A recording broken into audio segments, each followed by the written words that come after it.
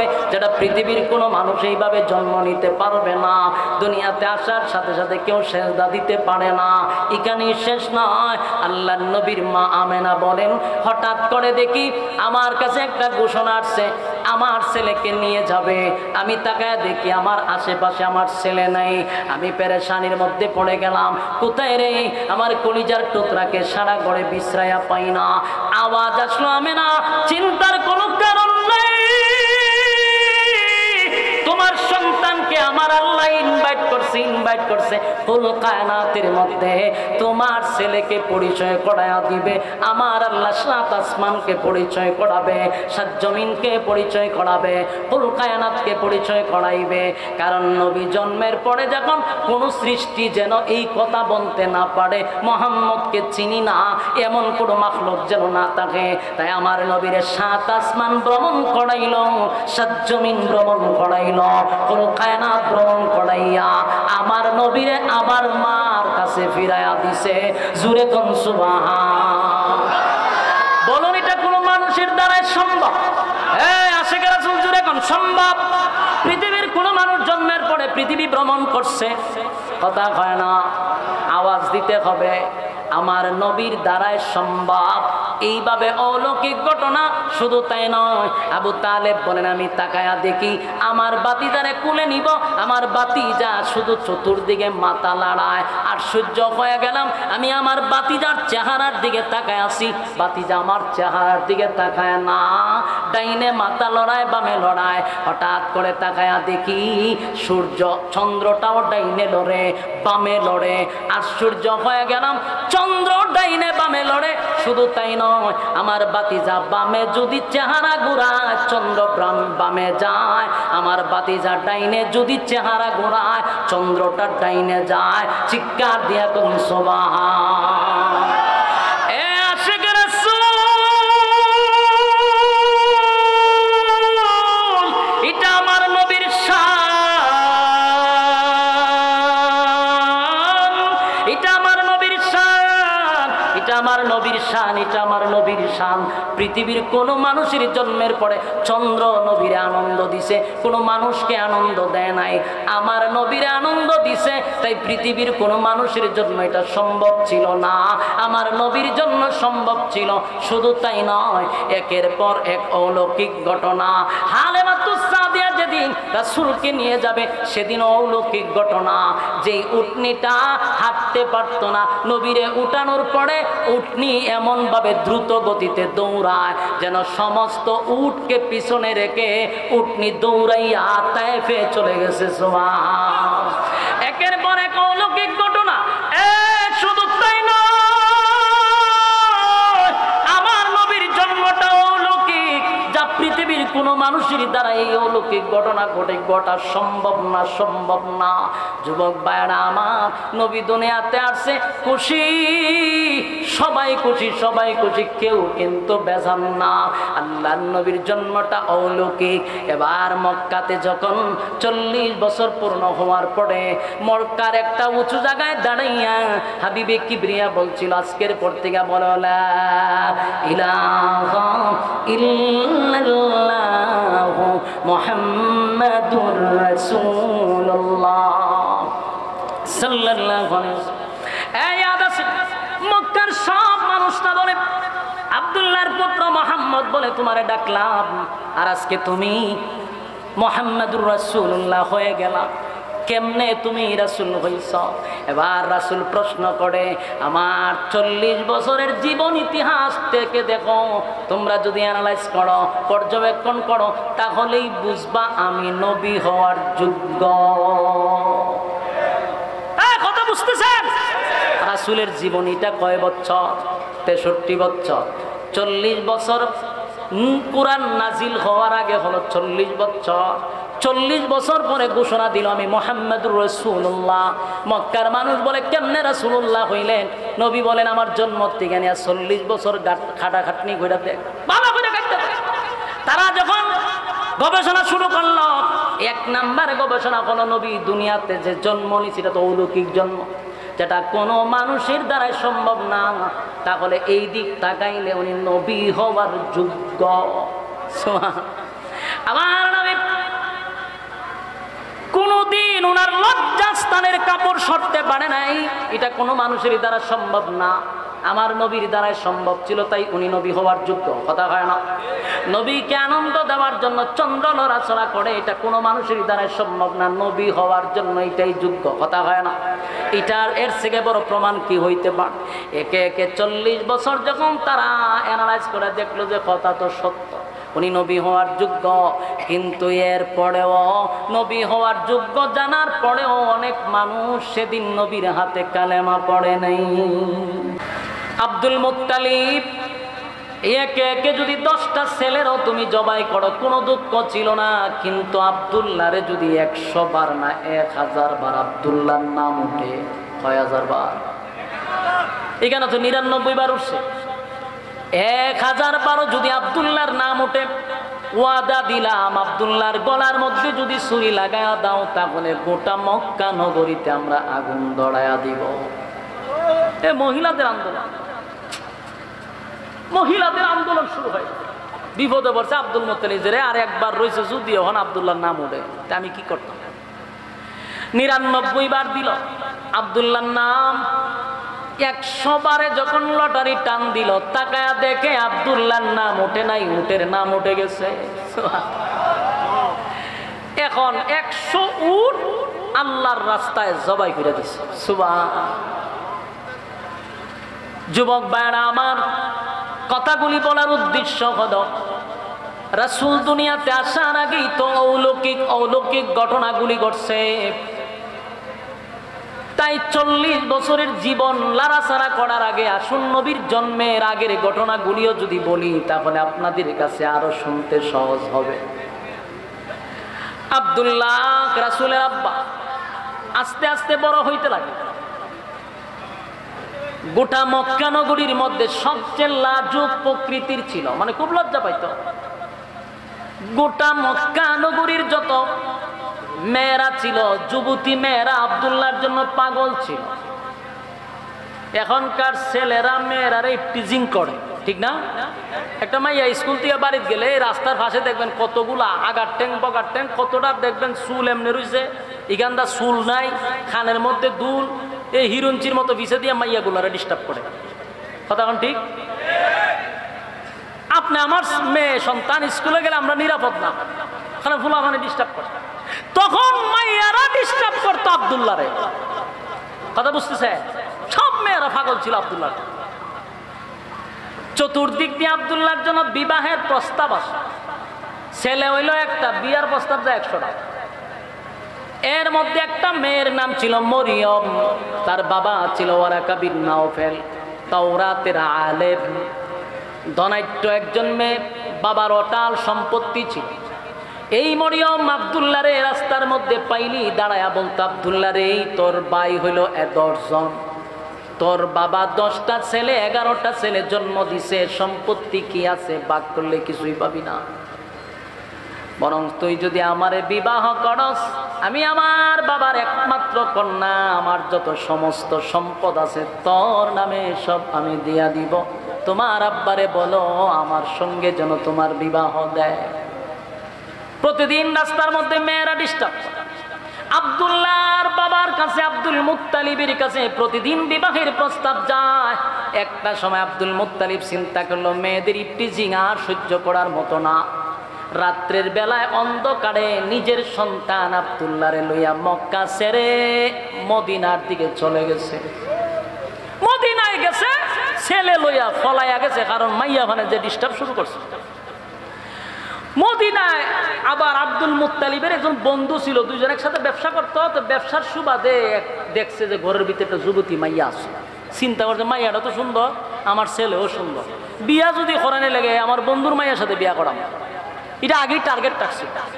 ওই রাত্রের বেলা ছেলেরে লইয়া মদিনায় গেছে। দেখো দোস্ত, আমি তো আইসি মক্কার থেকে, রাত্রের বেলায় ফলাইয়া বলে কেরে, বলে ছেলে একটা, বিয়া 100টা, মাইয়া ফানের যন্ত্রণায় ফুলা লইয়াছে। অনিয়ত করছি বিয়া না করাইয়া আমি আর মক্কায় যেতাম। তো মাইয়া পছন্দ হয়েছে নি? বলে মাইয়া তো তোরটাই আমার পছন্দ আগের থেকে। তো বন্ধু হইলে দোস্ত তোর ছেলে অনেক সুন্দর, আমার মেয়েও সুন্দর, তেলে বিয়া করাইনি। বিবাহ করাইয়া দিছে। যেই মেয়ের সাথে বিবাহ হয়েছে ওনার নাম হলো আমেনা। সুবহানাল্লাহ। বিয়া হয়ে গেছে। বিয়া টিয়া করার পরে অনেক দিন পরে আব্দুল্লাহরে নিয়ে আবার ওনার বাবা আসছে মক্কায়। ওই দিকে গোটা মক্কার যুবতী মাইয়ারা আব্দুল্লাহরে তালাশ করতে করতে পাগল হয়ে গেছে। আব্দুল্লাহ গেল কই? গোটা মক্কায় আব্দুল্লাহরে তালাশ করে, আব্দুল্লাহরে পায় না। কোথায় রে আব্দুল্লাহ, কোথায় আব্দুল্লাহ, কোথায়? পায় না। আজকে সপ্তাহ 10 দিন হয়ে গেছে। হঠাৎ করে আব্দুল্লাহ যখন মক্কায় আসলো, মেয়েরা খবর পাইছে আব্দুল্লাহ মক্কায় আসছে। এর মধ্যে মরিয়ম ওয়ারাকা বিন নাউফেলের মেয়ে একমাত্র কন্যা খবর পাইছে। হঠাৎ করে তাকায় দেখে আব্দুল্লাহ রাস্তা দিয়া হাঁটতেছিল। মরিয়ম পাগল পাগল পাগল হইয়া ঘর থেকে বাহির হইয়া রাস্তায় দাঁড়াইছে আব্দুল্লাহর সামনে। আব্দুল্লাহর সামনে দাঁড়ায় আবার আব্দুল্লাহ 10টা দিন ধরে পাগল পাগল হইয়া মক্কার অলিতে গলিতে তোমারে তালাশ করি, কিন্তু আমি তোমারে পাই না। বলো না তুমি এতদিন কোথায় ছিলা? হঠাৎ করে মরিয়ম আব্দুল্লাহর চেহারার দিকে তাকাইয়া মরিয়ম জোরে একটা চিৎকার দিয়া মাটিতে পড়ে গেছে, বেহুশ হয়ে গেছে। আব্দুল্লাহ চিন্তায় পড়ে গেল, মরিয়ম আমারে দেখে চিৎকার মেরে বেহুশ হয়ে গেলে ঘটনা কি? হুশ ফিরার পরে আবার চিৎকার শুরু করছে আর বলে, আব্দুল্লাহ 10টা দিন মক্কার অলিতে গলিতে তোমারে তালাশ করলাম, আজকে তোমার চেহারার দিকে তাকাইয়া আমি বুঝতে পারছি আব্দুল্লাহ রে, বল খানায় খাবার কসম দিছি আমার সঙ্গে লুকোচুরি করবি না। বল তুই কি বিবাহ করছস? বলে হ করছি। মেয়ের নাম কি আমেনা? বলে হ আমেনা। মেয়ের বাড়ি কি মদিনায়? বলে মদিনা। আব্দুল্লাহ আব্দুল্লাহ আমি আজকে অনেক দিন ধরে পাগল হয়ে গেছি তোরে বিবাহ করার জন্য। আব্দুল্লাহ রে, আমি তোরে মন থেকে ভালোবাসতাম। যেদিন তোর আব্বা তোরে জবাই করার জন্য খানায় কাবার সামনে দাঁড়াইছিল, 80 জন মেয়ে তোর বাড়ি লইয়া দাঁড়াইছিল প্রতিবাদ করার জন্য। এ আব্দুল্লাহ, এই 80 জন মেয়ের নেতৃত্ব আমি মরিয়ম দিছি। আমার নেতৃত্বে 80 জন মেয়ে দাঁড় করাইছি তোমারে যেন জবাই না করে, কারণ আমার মনে বড় ধারণা ছিল আব্দুল্লাহর স্বপ্ন দেখছি পৃথিবীর শ্রেষ্ঠ মা আমি হব। পৃথিবীর শ্রেষ্ঠ মা হব। এ আব্দুল্লাহ, তোমার জন্য কেন পাগল ছিলাম জানোনি? কেন পাগল ছিলাম? কেন পাগল ছিলাম জানোনি? আব্দুল্লাহ রে, আমার আব্বা কিন্তু তাওরাতের আলেম, আমি তাওরাতের আলেমের মেয়ে। আমি প্রতিদিন আমার বাবার সঙ্গে তাওরাত রিসার্চ করি। তাওরাতের প্রতি পৃষ্ঠায় পৃষ্ঠায় আমি মুহাম্মদের নাম পেয়েছি।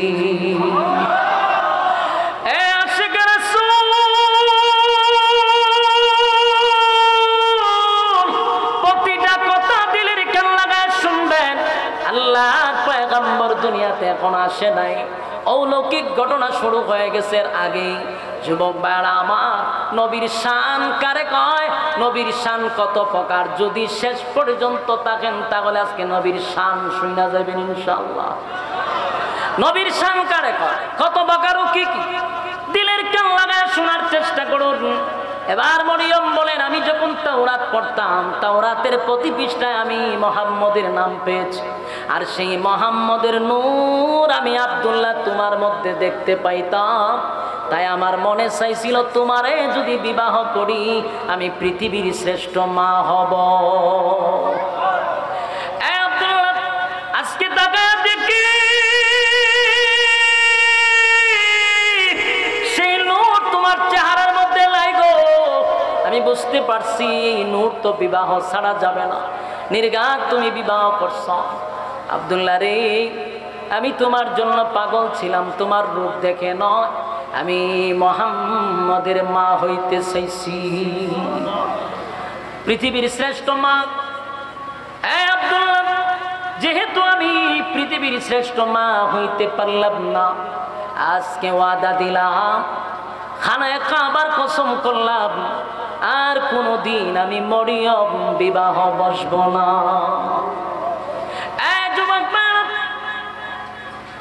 আমেনার গর্বে যখন আমার নবী চলে আসলো, 6টা মাস হতে না হতে আব্দুল্লাহ দুনিয়ার থেকে বিদায় হয়ে গেল। মা আমেনা 6 মাসের যখন গর্ভ ধারণ করলো এর ভিতরে আব্দুল্লাহ চলে গেছে। এবার আমেনা বিধবা হয়ে গেল। বিধবা অবস্থায় যখন আমেনা নিজের কাহিনীটা মানুষকে শোনায়া দেয়, পৃথিবীর মানুষেরা রে কেমন সন্তান আমার পেটে আসছে শোনো। আমি আমেনা যখন রাস্তা দিয়া হাঁটি, কোনো পাখি আমার মাথার উপর দিয়া যায় না। আশিক রাসূল নবীর শানকারে কয়, নবীর শানকারে কয় দিলের কান লাগায়া শোনো। আমেনা বলে শুধু তাই নয়, আমি যখন কলস নিয়ে পানি আনতে যাই, আগের জামানায় টিউবওয়েল ছিল না, কূপের থেকে পানি তুলতে হয় রশি দিয়া। আমেনা বলেন আমি কূপের পাড়ে গেলে পানি অটোমেটিক আমার সামনে চলে আসতো, রশি লাগতো না, টানতে হইতো না। শুধু তাই না, আমেনা রাস্তা দিয়ে যায়, মানুষ দেখে এত গ্রান, এত গ্রান, এত গ্রান, এত গ্রান। আরবের মানুষেরা সমালোচনা করতে লাগলো, আব্দুল মুত্তালিবের ছেলে তো মারা গেল, আমেনা তো বিধবা, বিধবা নারী শরীরের মধ্যে এত গ্রান লাগাইয়া রাস্তা দিয়া হাঁটে। চতুর্দিকে সমালোচনা শুরু হইল। আব্দুল মুত্তালিবের কানে আসলো, তোমার বৌমা তো বিধবা হয়ে গেছে, তারে বলবা সে যেন এত মজার গ্রান লাগাইয়া রাস্তা দিয়া যেন না হাঁটে। আর এটা এমন গ্রান মক্কার কোথাও এই সুগন্ধি পাওয়া যায় না। এবার আব্দুল মুত্তালিব রাসূলের দাদিরে বলল, তোমার বৌমারে বলবা সে যেন গ্রান না লাগায়, আতর ব্যবহার না করে। তবে বিধবা মানুষ সমালোচনা করে, আমার ইজ্জত যায় যায়। রাসূলের দাদি বললেন, মা তোমার শ্বশুর হলো মক্কার একজন সর্দার মাতব্বর, তার একটা সম্মান আছে। মাগো তোমার স্বামী নাই, তুমি কিন্তু এত গ্রানের আতর ব্যবহার করবা না। এবার আমেনা বলে, মা আমি আপনাদেরকে জানাইতে চাই, একটু আমার সঙ্গে আসে। রাসূলের দাদিরে কাছে নিয়ে তুতু ফালাইছে। মা এখন কি গ্রান কমছে না বাড়ছে? রাসূলের দাদি বলেন, পোড়া ঘরটা যেন সুগ্রানে মুখরিত হয়ে গেছে। এবার বাথরুমে নিয়ে বলেন, মা দাঁড়ান, যেখানে গোসল করি সেখানে আসেন। সেখানে যাওয়ার পরে দেখ গ্রান আরো বাড়ছে। মাগো যেই গ্রান আপনারা শুনছেন, যেই গ্রান আপনারা পাইতেছেন, এটা দুনিয়ার কোনো আতর নয়, আমি টাকা দিয়া কিনে শরীরে লাগাই নাই গো মা। এই গ্রান আমার পেটের ভিতর থেকে আসে, জুড়ে কোন সুবহান। পেটের ভিতরে থাকা অবস্থায় গ্রান বাহির হয়েছে।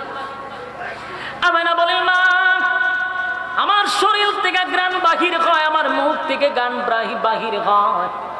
শুধু তাই নয়, আমি রাস্তা দিয়া গেলে গাছ পর্যন্ত আমারে সালাম দেয়। যুবক ভাইরা আমার, এবার আসুন, যেদিন রাসূল দুনিয়াতে আসবে, কবে আসবে? কেউ বলে 8 তারিখ, কেউ বলে 12ই রবিউল আউয়াল। ঠিক নেই? এই 12ই রবিউল আউয়াল মাসে শবে সাদিকের সময় রাসূল দুনিয়াতে পদার্পণ করছে সোমবার দিনে। সত্য না মিথ্যা? 100% সত্য। হয় 8 তারিখ অথবা 12 তারিখ, কিন্তু সোমবার দিন শবে সাদিকের সময় রাসূল দুনিয়াতে পদার্পণ করছে। সুবহানাল্লাহ। যুবক ভাইরা, রবিউল আউয়াল মাসে রাসূল দুনিয়াতে আসার কারণে আমরা খুশি না বেজার? কথা হয় না দি? এই রবিউল আউয়াল আসলে আপনারা যেমন খুশি, আমরাও খুশি, ঠিক কিনা? না আপনারা বেজার? কথা হয় না দি?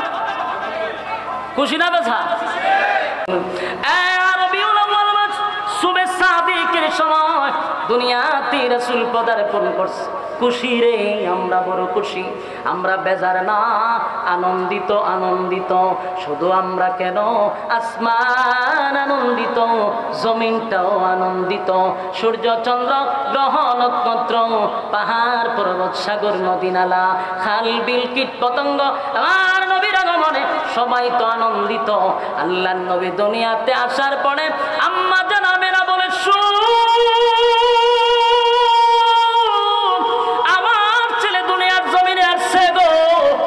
স্বাভাবিকভাবে দুনিয়াতে আসে নাই, স্বাভাবিকভাবে আসে নাই। দুনিয়ার যত ছেলে সন্তান মেয়ে সন্তান জন্মগ্রহণ করে প্রত্যেকের শরীরে ময়লা লাগানো থাকে, রক্ত লাগানো থাকে। আমার ছেলে দুনিয়াতে আসার সাথে সাথে আমি তাকায়া দেখি আমার সন্তান রেখে যেন গোসল করাইয়া খুশবু পড়াইয়া লজ্জাস্থান ঘুরে দুনিয়ার জমিনে পাঠাইছে। চিৎকার দিয়া কোন সুবহান। বলুন তো দেখি এটা কোন মানুষের দ্বারা সম্ভব? কথা কয় না। পৃথিবীর কোন মানুষ কি এইভাবে জন্মগ্রহণ করছে? জুরে কোন করছে? তাহলে আমার নবীর জন্মটা অলৌকিক ভাবে জন্ম। রাসূল দুনিয়াতে আসছে গোসল করা অবস্থায়, খুশবু পড়াইয়া রাসূলকে পাঠাইছে। এখানেই শেষ নয়, পৃথিবীর প্রতিটা সন্তান আসার সময় কান্নাকাটি করে রে আম্মা জান বলে আমার ছেলেও কাঁদছে। কিন্তু পৃথিবীর মানুষের কান্না আর আমার ছেলের কান্না একরকম নয়। আমি তাকায়া দেখি আমার ছেলে দুনিয়াতে আসার সাথে সাথে আমার সন্তান আল্লাহর কুদরতি পায়ে সেজদায় পড়ে গেছে। আমি তাকায়া দেখি সেজদায় পড়ে কান্দে। চিন্তায় পড়ে গেলাম আমার ছেলে গুনগুনাইয়া কান্দে। আমি গইরাইয়া কাছে গেলাম, গিয়া দেখি আমার ছেলে বলে রব্বি হাবলি উম্মতি। এই একটা জবান বন্ধ রাখবেন না, বলুন আল্লাহু আকবার।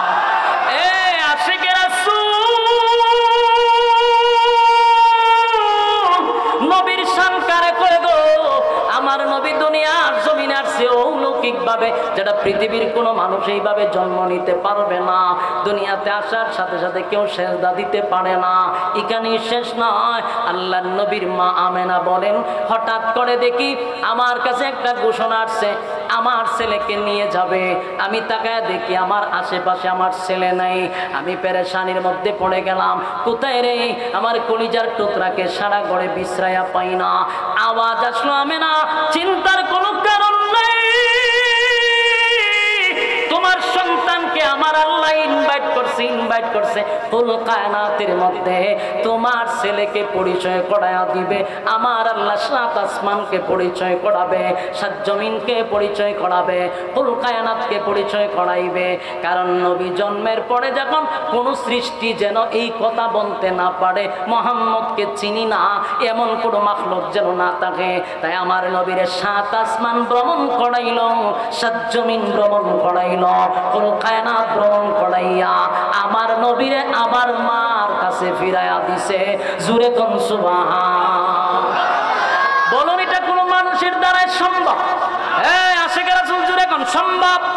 পৃথিবীর কোন মানুষ জন্মের পরে পৃথিবী ভ্রমণ করছে? কথা হয় না, আওয়াজ দিতে হবে। আমার নবীর দ্বারাই সম্ভব এইভাবে অলৌকিক ঘটনা। শুধু তাই নয়, আবু তালেব বলেন আমি তাকায়া দেখি আমার বাতিজারে কুলে নিব, আমার বাতিজা শুধু চতুর্দিকে মাথা লড়ায়। আশ্চর্য হয়ে গেলাম, আমি আমার বাতিজার চেহারার দিকে তাকায় আসি, বাতিজা আমার চেহারার দিকে তাকায় না, ডাইনে মাথা লড়ায় বামে লড়ায়। হঠাৎ করে তাকায়া দেখি সূর্য চন্দ্রটাও ডাইনে লড়ে বামে লড়ে। আশ্চর্য হয়ে গেলাম, চন্দ্র ডাইনে বামে লড়ে। শুধু তাই নয়, আমার বাতিজা বামে যদি চেহারা ঘুরায় চন্দ্র বামে যায়, আমার বাতিজা ডাইনে যদি চেহারা ঘুরায় চন্দ্রটা ডাইনে যায়। চিৎকার দিয়া কোন সুবহান। আশিকে রাসূল,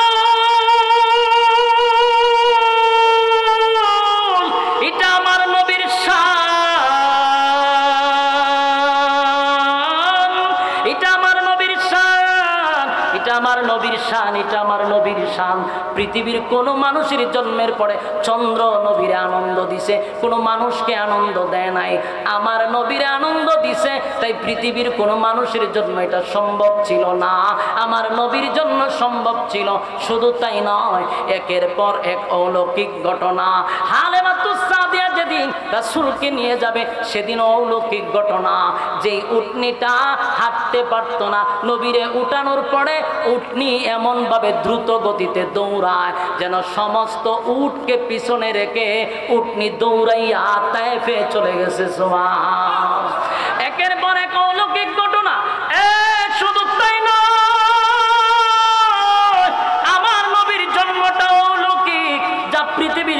মানুষের দ্বারা এই অলৌকিক ঘটনা ঘটা সম্ভব না, সম্ভব না।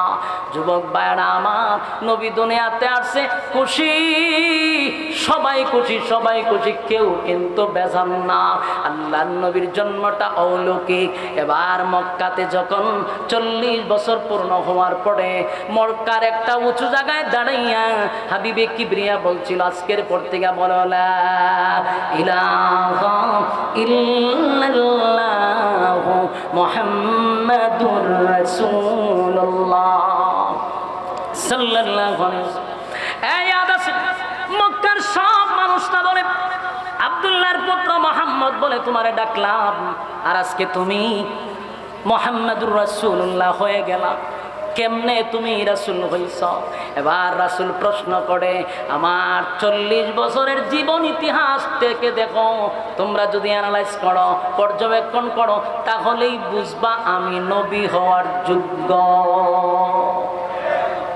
কথা বুঝতেছেন? রাসূলের জীবনীটা কয় বছর?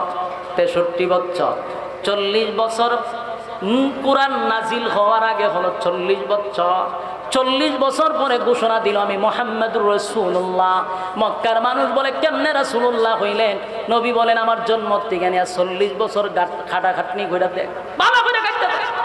তারা যখন গবেষণা শুরু করলো, 1 নাম্বার গবেষণা হলো নবী দুনিয়াতে যে জন্ম নিয়েছে এটা তো অলৌকিক জন্ম, যেটা কোনো মানুষের দ্বারাই সম্ভব না। তাহলে এই দিক তাকাইলে উনি নবী হওয়ার যোগ্য। আমার নবী কোনদিন ওনার লজ্জাস্থানের কাপড় সরতে পারে নাই, এটা কোনো মানুষের দ্বারা সম্ভব না। আমার নবীর দ্বারাই সম্ভব ছিল, তাই উনি নবী হওয়ার যোগ্য। কথা হয় না? নবীকে আনন্দ দেওয়ার জন্য চন্দ্র লড়াচড়া করে, এটা কোনো মানুষের দ্বারাই সম্ভব না, নবী হওয়ার জন্য এটাই যোগ্য। কথা হয় না? এটার এর থেকে বড় প্রমাণ কি হইতে পারে? একে একে 40 বছর যখন তারা অ্যানালাইজ করে দেখলো যে কথা তো সত্য, উনি নবী হওয়ার যোগ্য। কিন্তু এর পরেও নবী হওয়ার যোগ্য জানার পরেও অনেক মানুষ সেদিন নবীর হাতে কালেমা পড়ে নাই। কথা ঘন্টি যুবক বালক, 40টা বছর আমার নবীরে সবাই ভালোবাসত, উপাধি দিছে রে আল আমিন। কারণ 40 বছরে আদেশ নাই, নিষেধ নাই, সুদের বিরুদ্ধে বয়ান নাই, ঘুষের বিরুদ্ধে বয়ান নাই, পর্দা নাই, কোন ওয়াজ নসিহত করে নাই, কেউ শত্রুও নাই। যেই মাত্র 40 বছর পূর্ণ হল, আল্লাহর নবী বলেন লা ইলাহা ইল্লাল্লাহ, নেই কোনো মাবুদ আল্লাহ ছাড়া। আজকের পর থেকে গাছের পূজা, মাছের পূজা, একজনের পূজা, ল্যাংটার পূজা, এই সমস্ত ভণ্ডামি আজকের পর থেকে সব বাদ। এবার গোলামি চলবে কার? যেই মাত্র রাসূল বললেন আজকের থেকে আগুনের পূজা, সূর্যের পূজা, চন্দ্রের পূজা, পাথরের পূজা, ল্যাংটার পূজা, জড়ার পূজা, আয়োজনের পূজা, খাইতনের পূজা সব বাদ, গোলামি চলবে কার? সেদিন থেকেই তারা নবীর বিরুদ্ধে দাঁড়ায়া গেছে। কথা এখন বুঝতেছে? স্বার্থে যখন আঘাত করছে তখন দাঁড়ায়া গেছে রাসূলের বিরুদ্ধে। 40 বছর রাসূলের ছিল জীবন ইতিহাস, যুগ ছিল রাসূল 40 বছর, এটা ছিল নবী হওয়ার জন্য যোগ্য, যে এর সব প্রমাণ 40 বছরের ভিতরে রয়েছে। এই 40 বছর উম্মতের জন্য পালনীয় নয়। বুঝেন নাই মনে কথা? 40 বছরের পুরা বিষয়টা কি কেউ পালন করতে পারবো? পালন করা সম্ভব? পালন যদি করতে পারবো তাহলে তুই রাসূলের মতো জন্ম ইয়া দেখা। রাসূলের জন্মের পর সূর্য চন্দ্র লড়াচড়া করছে, তুই লড়াচড়া করে দেখা। তাহলে বোঝা গেল 40 বছরের জীবন ইতিহাস এটা পালনীয় নয়, এটা আলোচ্য আলোচ্য আলোচ্য। বাকি 23 বছরের জীবন ইতিহাস শুধু আলোচ্য নয়, এটা পালনীয় পালনীয় পালনীয়। আমাদের সমাজের মানুষগুলি কোনটা আলোচ্য কোনটা পালনীয় এখন পর্যন্ত এতটুকু বুঝার জ্ঞান নাই। এরা দেখবেন বুঝে কম, লাফায় বেশি। বেটা আমারে তুই 40 বছরের জীবন ইতিহাস যে লাফাস, এটা তো রাসূল নবী হওয়ার যতগুলা কোয়ালিটি মানে ইয়েগুলা দরকার, যতগুলা মানে সার্টিফিকেট দরকার, সবগুলো তুই 40 বছরের ভিতরে। বেঈমান না যেন নবী হয়েছেন কেমন বলে 40 বছর গাইটা দেখ আমি কেমন নবী হয়েছি। কিন্তু 40 বছরের ভিতরে তো পালন করার কিছু নাই। যখন 40 বছরের পরে কোরআন আসছে, নামাজ এটা কি আলোচ্য না পালনীয়? ফর্দা আলোচ্য না পালনীয়? তাহলে পালনীয় কোনটা, আলোচ্য কোনটা, এটা বুঝতে পারছেন? এই জন্য বেশিরভাগ মানুষ দেখবেন 23 বছরের জীবন ইতিহাস নিয়ে আর লাফায় কম। কারণ এখানে আলোচনা করতে গেলে পালন করতে হবে, নামাজ পড়তে হবে, রোজা রাখতে হবে, হজ করতে হবে, যাকাত দিতে হবে, পর্দা মানতে হবে, সুদ ছাড়তে হবে, ঘুষ ছাড়তে হবে। এই জন্য এটা মানতে রাজি না যেখানে নামাজ নাই, রোজা নাই, হজ নাই, যাকাত নাই, পর্দা নাই, সুদ ঘুষ সয়লাভ, সেটা মানতে রাজি। রাসূলের মিলাদ নিয়ে আলোচনা করলে কি হয়? নফল ইবাদত বন্দেগীর সব হয়। আমরা কোনো সময় মিলাদুন নবী অস্বীকার করি না। মিলাদুন নবী যারা মানে না এরাও মুসলমান হতে পারে না, কারণ রাসূলের মিলাদ আপনাকে মানতে হবে। কিন্তু এটা আলোচ্য, এটা কি, এটা আলোচনা করতে পারবে, যত আলোচনা করবেন। এমন কি কিতাবে লেখছে রাসূলের প্রস্রাব পায়খানা নিয়েও যদি কেউ আলোচনা করে আল্লাহ তার নফল ইবাদত বন্দেগীর সব দেয়। কিন্তু ভাই আল্লাহ আপনি আমারে তো কিছু মেধা দিছে, ঠিক না? বাসাত গিয়ে বালচের সঙ্গে মাতালায় চিন্তা করবো যে 40 বছরের জীবনী একটু পড়ি তো, 3টা অধ্যায় আছে, আপনি পড়েন না কেন? আপনার বাপ দাদার গিচ্ছা পড়েন, যেগুলার কোনো এভিডেন্স নাই, কোনো অথেন্টিক কোনো ধরনের কোনো ডকুমেন্টস নাই, এটি হারা জীবন পড়তেছেন আর ওয়াজ করতেছেন। আপনি রাসূলের 3টা অধ্যায় নিয়ে পড়েন না কেন? 40 বছরের জীবন ইতিহাসে কোন বিষয়টা উম্মতের জন্য পালন করতে হবে একটা দেখায় আছে। আমার 14 গোষ্ঠী আপনার সাথে আছে, কথা বলেন না দিদি? হ্যাঁ, আপনি কোনোদিন মরার আগ পর্যন্ত সময় দিয়েছি আপনারা, কিন্তু আপনি এটা বোঝার চেষ্টা করেন 40 বছরের জীবন ইতিহাসটা আলোচনার বিষয়। যেমন আলোচনা কি, রাসূল জন্ম কিভাবে গ্রহণ করছে আমরা আলোচনা করতে পারবো, রাসূলের 40 বছরে কি কি ঘটছে আমরা আলোচনা করতে পারবো, কিন্তু পালন করুন কেমনে রে ভাই? কোরআনে নাযিল হইছে না। 40 বছর পরে 23 বছরের জীবনীটাকে বলা হয় সিরাতুন নবী সাল্লাল্লাহু আলাইহি সাল্লাম। এটা আপনাকে শুধু আলোচনা করলে চলবে না, আপনাকে পালন করতে হবে। তাই অনেক মানুষ চিন্তা করে দেখছে যে এটা তো পালন করতে হয়, নামাজ পড়তে হয়, রোজা রাখতে হয়, এর লেগে এরা নাম দিছে কিতাব মারেফত। কিতাব বলে এটা গোপন। রাসূলের বিদায় ভাষণে কোন জিনিস কি গোপন রেখে গেছে? জবাব দিবেন। রাসূল বলছে আমি যা আল্লাহ আমার কাছে বলছিল সব আমার উম্মতের মধ্যে প্রকাশ করছি, কোনো কিছু আমি গোপন রাখি নাই। তাহলে তুমি কয়টা আপনার ইলম নাই? এরা কেন জানে কয়টি মারিফতের ইলম আমরা নাই? তো রাসূল সব প্রকাশ করে গেল, তোর কাছে বুঝি আইনা আলাদা ওহী নাজিল করছে? নাজিল করতে পারে, শয়তান আছে তো। এদেরকে যদি জিগায় নামাজ ফরজ না করে হয় মারেফত ওয়ালার নামাজ লাগে না, এটা আমরা সেই শরীয়তের কাজ শেষ করে পড়ছি। মারিফত শব্দটা তো গুফন, ইডিরে আলাদা দরজা লাগায় ইচ্ছা মতো সাইজ করে কোন যে আমরা গুফনে মার দিছি, কোন যে খালি গুফন জায়গায় কেসন লাগবে। তখন ঠিক আজকের থেকে স্পষ্ট আমাদের আকীদা আমরা প্রকাশ করলাম। বলুন আমরা এই মিলাদুন নবী বিশ্বাস করি কিনা? আমরা মিলাদুন নবী বিশ্বাস করি, এটাও বিশ্বাস করি মিলাদুন নবী বিশ্বাস না করলে ঈমান থাকবে না। তখন ঠিক মিলাদুন নবী আলোচ্য, সিরাতুন নবী পালনীয়, কিন্তু মানতে হবে দুটোটাই। দুটোটাই বিশ্বাস করতে হবে, পালন করতে হবে, আলোচনা করতে হবে, ঠিক কিনা? সম্মানিত শুধু এবার আমার রাসূলের শান বলি না, আমরা বলি আমাদের ওয়াজে রাসূলের শান নাই তো গানের মধ্যে শান আছে? যদি জিগা গিটারে গান গাছে গান গাই না রে শান গাই, তোরে কাটা বসে তুই গান গাই শান গাইতে? রাসূলের জীবন ইতিহাস আলোচনা কর, সাধারণ মানুষ বুঝতে পারবে। রাসূলের জন্ম বিস্তারিত আলোচনা করতে থাক, মানুষের দিল নরম হয়ে যাবে, ঠিক কিনা? জনক ভাই শেষ কথাটুকু বলতেছি কারণ প্রচন্ড গরমে আপনারা বড় আগ্রহের সহিত বুঝে আছে। আমার যে আরাম লাগতেছে বিষয়টা এমন না, আমার আরো বেশি কষ্ট, কিন্তু কথাটা শেষ করে দিই। নবী দুনিয়াতে আসার কারণে আমরা খুশি না বেদা? আমরা খুশি, আনন্দিত। নবী যদি দুনিয়াতে না আসতো রে, এই পৃথিবী আমার আল্লাহ এত সুন্দর করতো না। আমার নবীর জন্য আমরা এত সুন্দর দুনিয়া পাইলাম। আমার নবীর সুপারিশ ছাড়া হাসরের মাঠে কেউ সুপারিশ করতে পারবে না, কথা হয় না? হাসরের মাঠে আল্লাহ বলেন, নবী গো, একমাত্র হাসরের মাঠে আপনাকে সুপারিশকারী বানাইলাম। আমার নবী ছাড়া হাসরের মাঠে কেউ সুপারিশ করবে না। সেই নবীরে যদি কেউ অস্বীকার করে ঈমান থাকব। তাই আমরা কলিজা দিয়া নবীরে ভালোবাসি। যদি তাই নয়, নবীর বিরুদ্ধে যদি কেউ কথা বলে, আমাদের আহলে হক উলামায়ে কেরাম সর্বপ্রথম রক্ত দেয়। বাস্তব না বাস্তব? ইতিহাস বলি না, ইতিহাস আপনারা বললে চলতো না। 2013 সালে শাপলা চত্বরে কেন আলেমরা জমাইতে হয়েছিল? ব্লগাররা যখন নবী বিরুদ্ধে কথা বলছে, নবীকে নিয়ে কটূক্তি করছে, তখন আমাদের উলামায়ে কেরাম ঝাঁপিয়ে পড়ছিল। সেদিন আপনারা ভাই নাই। বুলাতে যখন নবীর বিরুদ্ধে কটূক্তি হয়েছে, আমাদের উলামায়ে কেরাম লামার পরে 7 জন শহীদ হয়েছিল। নবীর মহব্বতে তারা জীবন দিছে।